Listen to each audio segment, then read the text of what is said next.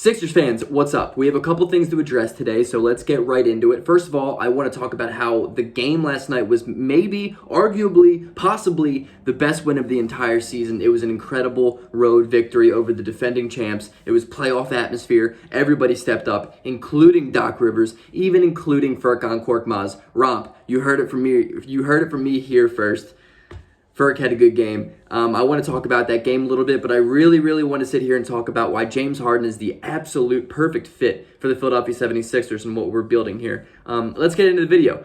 Like the video, subscribe to the channel. Guys, I hit 1,000 subscribers. I'm at like 1030 something right now. I am through the roof, over the moon with excitement, and thank you guys for making that happen. I will make a 1,000 sub video at some point, and I'm thinking merch is on the way, ladies and gentlemen. Deal Zone? I don't know. There's something that we're gonna have to do. Thank you so much again. Let's get into the video, but do get me to 2K subs. That's the goal here now.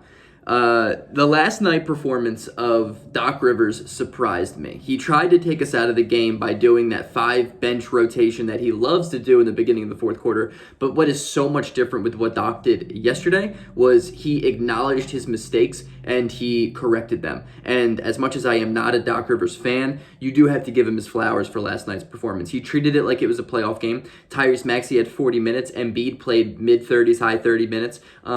That's what you do to win basketball games. And I think if Doc didn't coach as well as he did, and especially if he didn't put Niang in the starting lineup last night, which was a very ballsy and gutsy move, but you know what? It worked out because George Niang, 5 of 10 from 3. He had a phenomenal day. He played some great, gritty, hard-nosed Philadelphia defense on the Greek freak of Giannis Antetokounmpo. And Doc deserves a lot of credit, man. He really did. He had a great night. He did a great job. His rotations were much better. He noticed that Matisse Thybulle was absolutely atrocious on the court last night, and he only played him 15 minutes. And you got to respect that. You got to respect that. I'm always here for the fire Doc propaganda, but not after last night. You just have to let him enjoy that good win because he deserves it. Joel Embiid had 42, 14, and 5. I mean, that man is a legitimate MVP. He's absolutely a stud. It's scary minutes around here with Joel. The dude's the best player in the world, the best player on the planet, the best player in the universe. He's the best player in the NBA. He is the MVP. That being said, there's just so much to be proud of last night. I think what I'm going to talk about with James Harden is the ability that he coached the guys. I mean, you saw Harden get on Tyrese Maxey. I shot out a tweet in the second quarter, and I was like, we need aggressive Tyrese Maxey. In all capital letters and a period at the end of the sentence. Not only 30 seconds after that, he starts hitting buckets, but you see James Harden get on him and be the reason as to why Tyrese ended up being super aggressive and scoring 12, 14 points in that second quarter when we desperately needed him. The game was getting out of hand for Milwaukee, and they were up by 10 or 12 points by the time Tyrese said, okay. And when Tyrese Maxey is aggressive, it shows you what the game is going to look like with Harden on the court because it opened up so much space for Joel Embiid, and that's really what I want to talk about here is what James Harden is going to bring to Joel and the rest of the Philadelphia 76ers. So let's get into it. First of all, like I said, the ability of coaching. The aggressiveness that James Harden had with the accountability of the guys. Niang had lost a couple turnovers on some drives early in the game. That's funny. And Harden got in his face and said, bro, shoot the ball. I expect you to shoot 10 threes. Do what you do. We don't need you to do that. Niang was like, all right. He responded, and he went 5 of 10 from 3. When is the last time you saw a Philadelphia 76er shoot the ball 10 times from beyond the arc? I literally do not have one on the top of my head. I can't name the last time a Sixers player shot the ball 10 times from 3. Everybody was shooting them. Toby went 8 of 20, didn't have the greatest game, but he did hit a couple of buckets, which I was extremely excited about, you know? I think he's going to be a much better fourth option than he is second, third option here now in Philadelphia. And what Harden's going to do is he brings shot creation at an extremely high, elite generational level, but he brings it to make everybody else around him much better. A big problem in the Sixers offense over the past couple of years is it's very stagnant. That's what 2-5 did. He created a half-court stagnant offense of a lot of guys standing around, shot clock running down, and it forced Tobias Harris to put up a bad shot, or it forced Embiid in a really bad situation at the end of a shot clock. And we get bailed out over and over, time and time again, because of Joel Embiid's absolute greatness, but we will not need to do that as much with Harden on the court. Harden is elite at creating his own shot. And not only is he a great shot creator, but he is a perimeter shot creator, something the Sixers have never had. Even Jimmy Butler was not a perimeter shot creator. Harden manipulates the three-point line better than anybody in the NBA. And what he's going to bring is double teams, and he's going to find open looks. I mean, the Harden acquisition is going to make Danny Green, George Niang, even Furkan Korkmaz, and Isaiah Joe, if Doc ever plays that man a single minute, so many more open looks, and it's just going to make those players much, much better. Tobias Harris, too. These guys are just going to need to pull up and just hoist the basketball. They're going to have quick triggers. And I don't like Furkan Korkmaz, but I will give him credit. The man is a very, very quick trigger when we need him to have one. Harden is going to get those guys open better than anybody else possibly could. I know Embiid does a fantastic job, but it's much more difficult to get really open looks from the post when over a guy of James Harden's caliber who sees the entire court 3 plays before it happens. It's going to be phenomenal. And the fit between Harden and Embiid, though they have their problems at times, I think it's honestly a perfect offensive-defensive fit. One, Harden is a better defender than Seth Curry. He has only ever had one season in his entire career with less than 1 steal per game.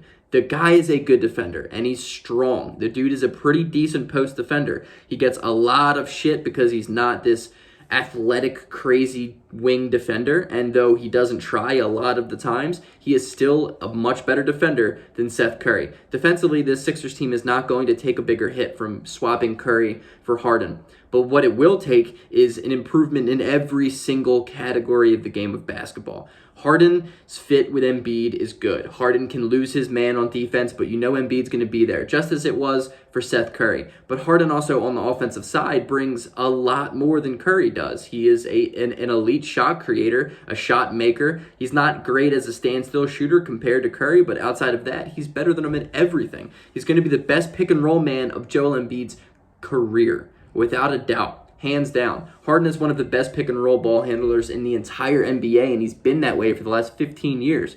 I don't know if he's been playing that long, but you get my point. Harden is a guy who will get Embiid very open looks. And as we saw last night, Tyrese Maxey, when he was super aggressive, demanding double teams, demanding help defense, it opened up so much space for Joel Embiid. Now imagine that, but every single night, because that's what Harden does. Harden is going to create so much space for Joel Embiid. He's going to take off a huge weight of his shoulders. I saw a video 2 days ago on usage rate. It was by Ryan Russillo. And basically, this video that he created, it was about the top 20 highest usage rate seasons in NBA history.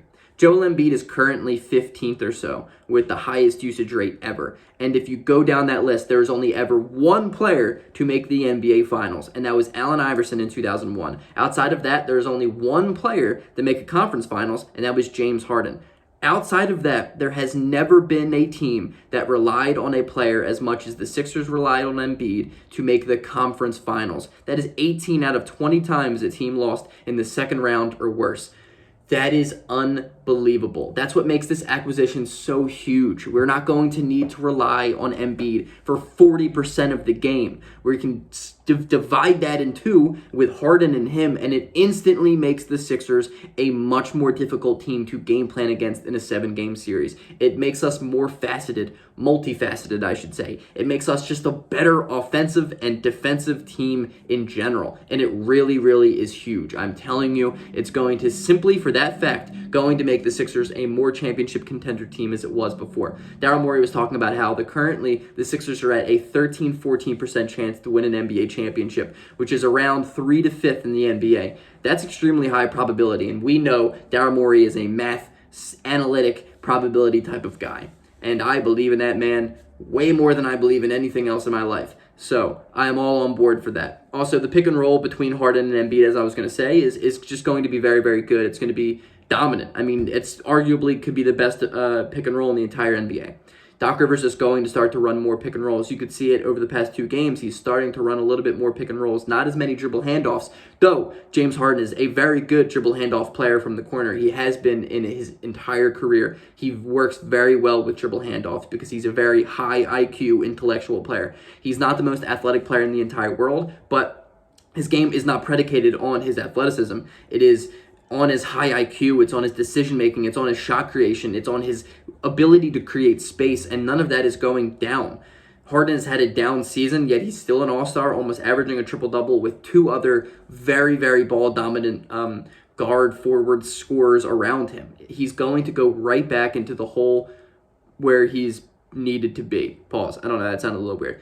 Harden is right back into the need that is what we need of him. He's going to play right back into the game that he plays, and I think such an underrated aspect of this trade is preferred pace of play. We have a big guy who should not be running fast breaks over and over and over and over again. Ben Simmons was a fast break dependent player. What everybody hated about that fit so much was that one could only play in the fast break and the other could basically only play in the half court. Now, with James Harden, a dominant half-court player, a guy who really doesn't love to run the fast break, we have two of the best half-court offensive players playing at their both preferred paces, which is honestly, I can't say enough about how important that is to winning. When every single great player on that team is playing their preferred pace of comfortable play, it is going to bring out the best basketball out of every single one of them. And that is so huge. We have a very half-court offense. But now for the first time, we are actually giving our half-court offense half-court players. Because Harden doesn't really love fast breaks. He'll get into them. He'll make an awesome outlet pass. He still can always do that. But Harden is a guy who likes to get into the sets. He likes to dribble up the court and just take his time and get the basketball set running. Whatever it is, it's a motion, floppy, low post, double screen, dribble handoff. It doesn't matter. Harden loves that type of game, and Joel Embiid is the exact same way. And simply because of his aggressiveness and IQ and just elite playmaking, it's going to work way better than we could have ever imagined it working with 2-5 Ben Simmons. So simply for those facts that I think Harden is going to make this team extremely scary, and also the whole point of James Harden has never won a championship. Daryl Morey has never won a championship. Embiid has never won a championship. Elton Brand, the Sixers haven't won. The process doesn't work, everybody says. This is the hungriest team that I could possibly put together. And it's the villains. I feel like Heath Ledger and the Joker right now. Everybody wants to hate us. But deep down, we just absolutely embrace that. Pure chaos, ladies and gentlemen. Pure chaos. We are hungry. We deserve a championship more than any other fan base. We've gone through some shit and back. We've had guys who don't want to shoot the ball despite getting picked first in the draft. We've had guys who literally got the yips and forgot how to shoot the ball when being first in the draft. We've traded guys who are studs in Phoenix for a dude who literally had a peanut allergy, almost died, and then quit the NBA. The Sixers fans have gone through everything, and we deserve a championship. And you know what? Bring James Harden in. Let that man be hated because everybody else hates Philly already. Why not let it fly? Ladies and gentlemen, let's get this Larry O.B. this year. Let's get this Larry O.B. Enjoy the All-Star break. I'll see you later.